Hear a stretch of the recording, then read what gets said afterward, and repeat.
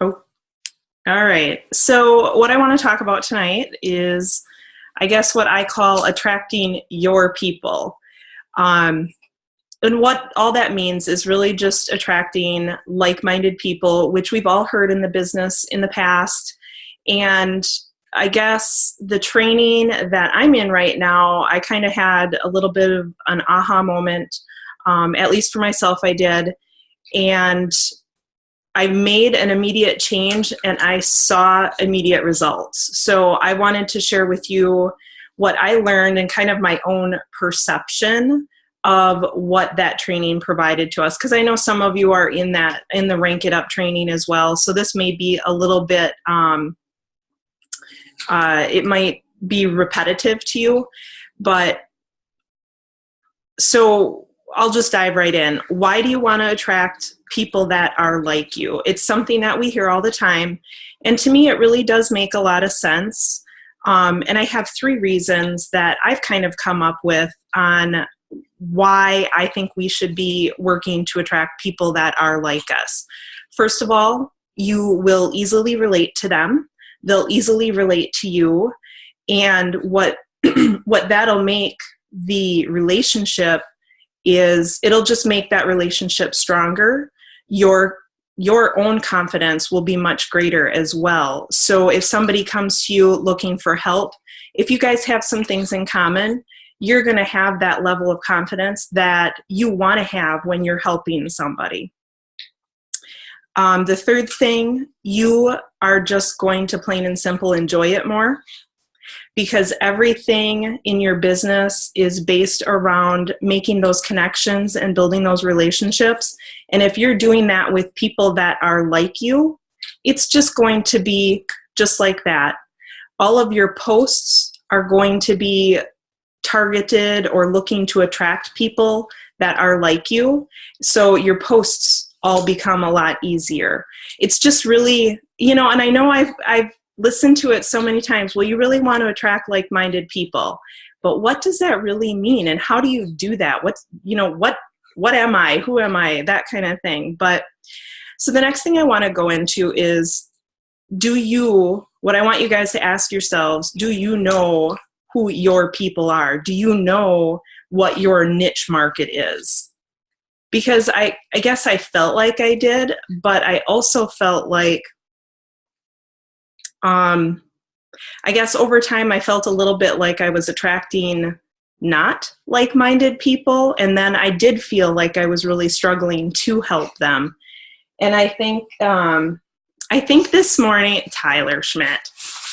Yes, we're being distracted by a little boy.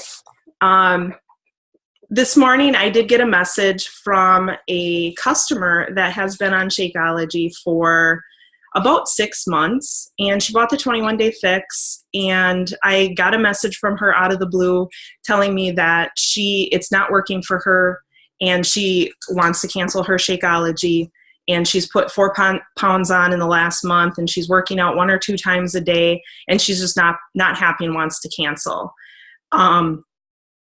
So what I realized with this situation and how that dovetails into what I'm talking about, she was always a person that was too busy to have a conversation. She was too busy to talk on the phone, too busy to get on Facebook, too busy for just absolutely everything. And I think we are all busy, but I don't know that she was like-minded in the sense that she was ready to make it a priority. So it's just kind of an example of why you want to find those people that are like you and are ready.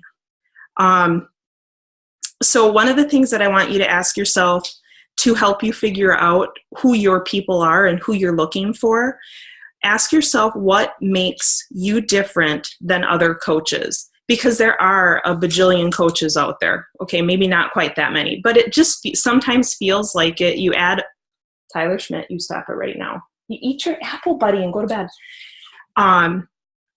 But it does sometimes just feel like you have so many coaches. You add friends, they end up being coaches, and you're like, okay, well, I didn't know they were a coach. And it feels, my husband and I have this conversation all the time. it feels a little bit like the market is saturated. But what kind of dawned on me this week was that there may be many other coaches out there, but there aren't coaches with the same unique talents as what I have. And that's what each of us really needs to dig into and really needs to understand about ourselves. So ask yourself what makes you different as a coach. And then the next thing, define the characteristics of the people that you're trying to attract. So what I want to do is just go through with you what I've written down for myself, just to give you some ideas. So, well, some of them I'm not going to say because there's a little boy in a room and I don't need him to ask me questions. But what makes me different as a coach? A lot of coaches are moms. A lot of coaches are looking for new moms and things like that. But something that I feel that I put a little different is professional. I have been a career woman my entire adult life since I completed college. Eat your apple. You need to go sit over there right now, okay? Sit on the end of the bed, bud. Go down there and finish your apple and go to bed. And the other thing is running. Running is something that I've always done. I ran all through high school. I ran in college. I converted over to distance running. I've run half marathons and full marathons and all of that kind of stuff. And I've gotten back into it now in the past couple of years. So that's another type of person that I want to attract, somebody that is wanting to start running or already has been into running. So those are just some examples. And then characteristics of a person that I'm trying to attract. I can tell you for sure that I'm not trying to attract any 20-somethings. I don't think I have anything in, if you all are 20-somethings, I'm okay with that. But that, I don't know that I can identify with the younger girls.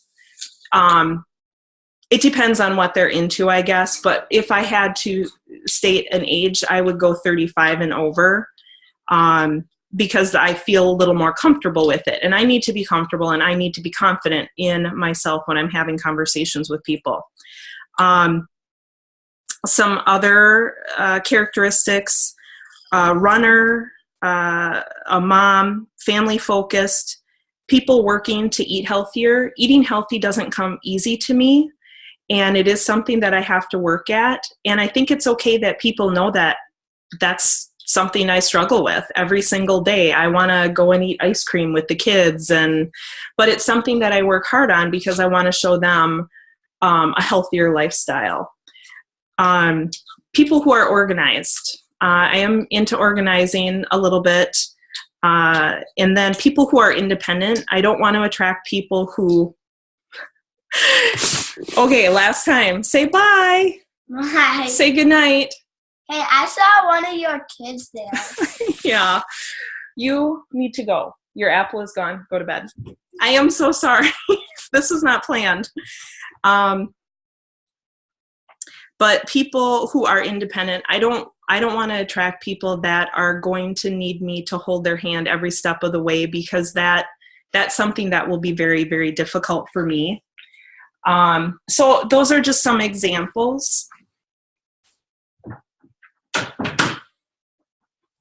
I had to shut the door. So those are things that you're going to want to do. Again, ask yourself what makes you different than other coaches, and then going ahead and defining the characteristics of the people that you are trying to attract. And again, you really need to figure out who you are and what your interests are.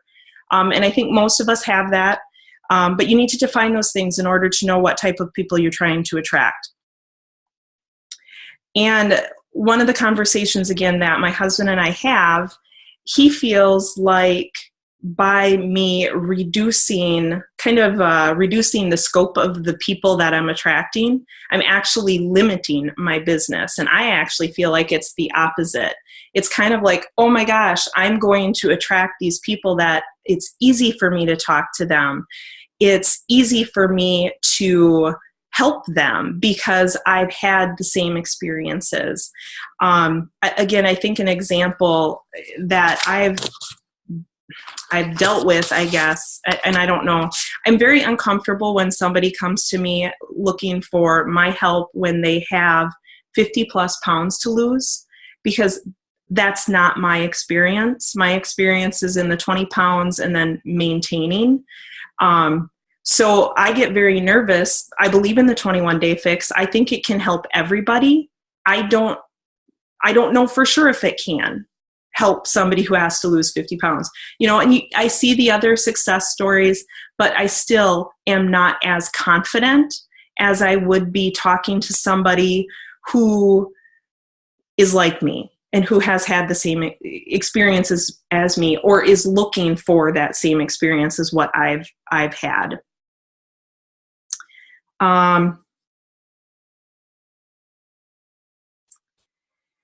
So I'm just going through my notes here real quick.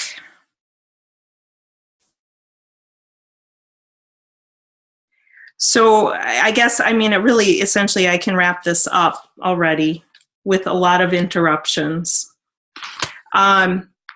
So again, going out and looking for who your people are and connecting with those people and attracting them to you, I feel is the key.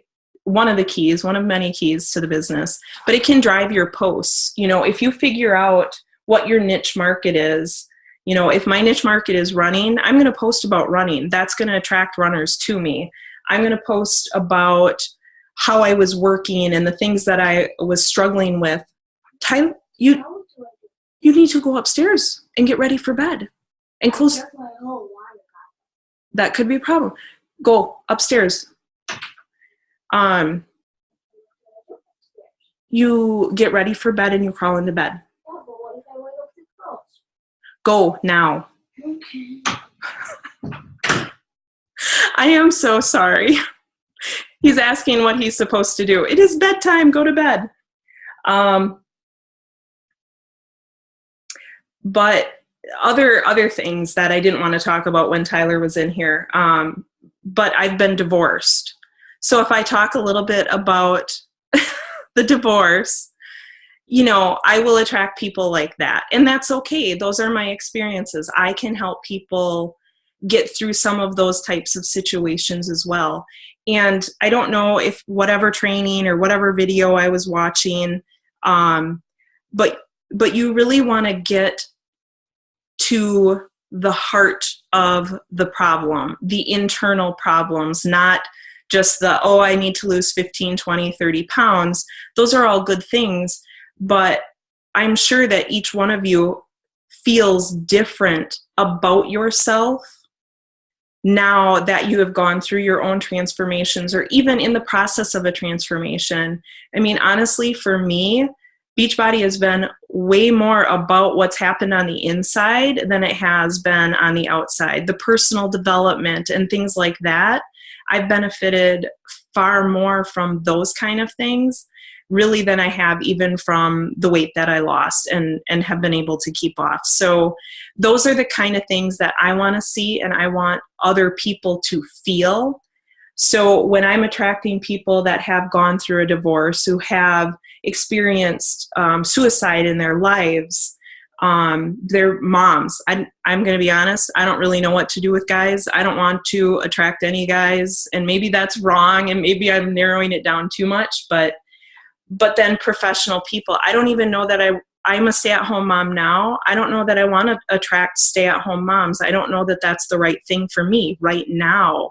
Maybe in a year or 2 years, that might be the right thing for me. But I really strongly urge each of you, and I will wrap this up this time, to think about what the type of people are that you're trying to attract and write it down. You want to have it somewhere that is always in front of you, so that you can reference that when you're creating your posts. You can reference that when you're talking to people, and it should help you drive almost every part of your business. And I think it'll be easier. It'll just make things easier. Otherwise, you're like just attracting everybody and every kind of person. It just becomes overwhelming, and it becomes hard to have a conversation with those people. So that is all I've got. And Lauren, you should unmute yourself. And I don't know if anybody's got questions, comments, concerns, thoughts. You can unmute yourself and ask away. Yeah, great job, Tammy, especially with distractions. I know that cannot be easy to do. I had one distraction, and it was my dog wanting to come in the room. So that was it. Sorry. And she's under the blanket. And my mom, baby. So that was it. So, but I wanted to add to the fact that sometimes it's easy when we have goals set for ourselves as far as hitting Success Club or wanting to build our teams or whatnot. And it's really easy to fall in the trap of, I probably could work with, maybe I could change this person's perspective or maybe their work ethic or, I'll just go ahead and sign them and then we'll just figure it out later. I would maybe get to the point where you recognize those characteristics that are going to be very difficult for you to work with if it's just a clash of personalities. Or if you've seen this person and some of the things maybe they posted that rub you wrong. Or like I mentioned before, it's that political time of season. So if something that someone's writing now, if they're so vocal about their opinion about something now and it rubs you wrong, then this is just that season. It could happen again later. So just prepare yourself if there's, and start recognizing traits of people. And on the contrary, like if it's something that you're just like, wow, I just love this person's energy, blah, blah, blah, like pursue a relationship with that person and really try to gravitate yourself towards that person, whether it has to do with the sale or not.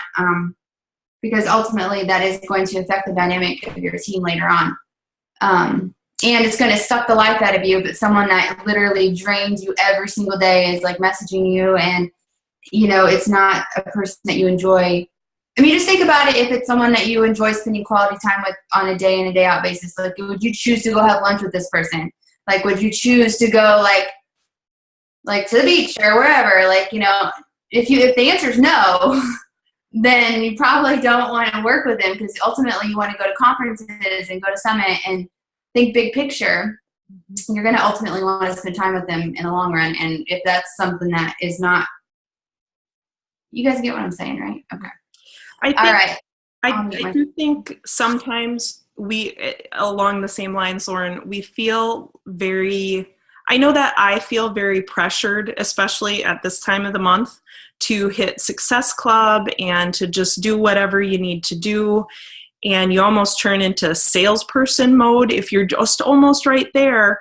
But I'm working really hard not to do that. And I'm working really hard not to worry about the short term and really, really consider what I'm trying to build long term.